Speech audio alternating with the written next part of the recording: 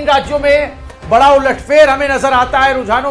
रुझानों में तीनों राज्यों के सीएम पिछड़ते हुए नजर आ रहे हैं। जी हां, तमिलनाडु के मुख्यमंत्री जिनकी हम बात कर रहे थे, एम.के. स्टालिन पीछे हैं, केरल के मुख्यमंत्री भी पीछे हैं। ये जानकारी आपको बता दें, पुडुचेरी के सीएम भी रुझानों में पीछे चल रहे हैं और ये स्थिति तीन राज्यों में बड़े उलटफेर की बनी हुई है। उसके अलावा जोरहाट से गोगोई की हम बात कर रहे थे, वो पीछे हैं।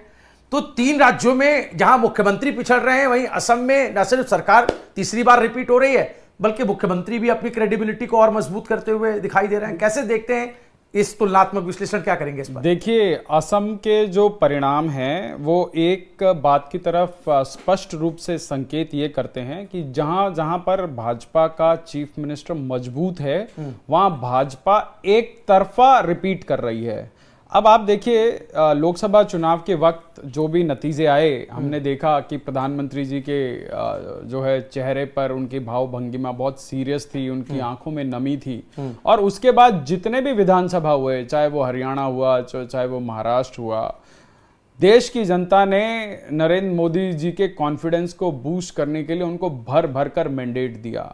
आप देखिए कि कैसे जो है वहाँ पर देवेंद्र फडणवीस दोबारा आए महाराष्ट्र में, कैसे बीजेपी ने जो है हरियाणा में कमबैक किया, मतलब रिपीट किया। लगातार हरियाणा के इतिहास में पहली बार होगा कि कोई पार्टी जो है लगातार तीसरी बार सरकार बना रही है।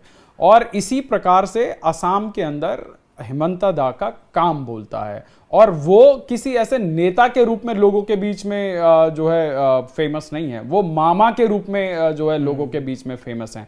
और सबसे बेहतरीन बात यह है कि जितना वो हिंदुओं के बीच में पॉपुलर हैं, उतने ही वो मुसलमानों के बीच में पॉपुलर हैं।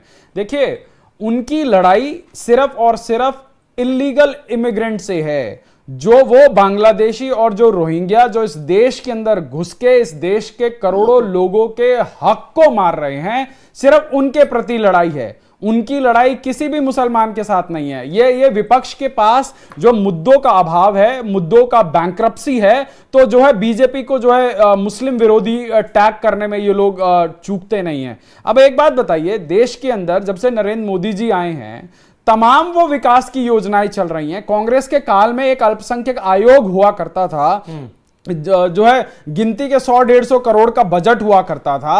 आज पूरा अल्पसंख्यक मंत्रालय है, हजारों करोड़ का बजट है उसके अंदर। क्या मुसलमान की बेटियों के लिए जो है 12वीं पास करने के बाद लाखों रुपए की स्कॉलरशिप नहीं दी जा रही? अगर ब्राह्मण गरीब भी है, उसकी बेटी भी 12वीं पास करके अगर वो कॉलेज जा रही है, उसकी बेटी के लिए तो कोई इस प्रकार की व्यवस्था नहीं है।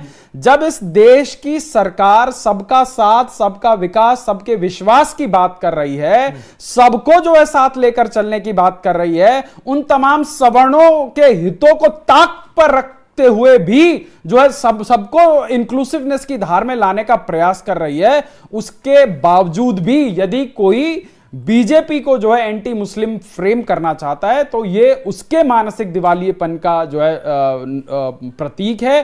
भारतीय जनता पार्टी की सरकार नरेंद्र मोदी जी के नेतृत्व में पूरे देश के अंदर बिना किसी भेदभाव के, आप मुझे बताइए, इस देश के अंदर जो है 1.5 लाख किलोमीटर की सड़कों का जाल बिछा है।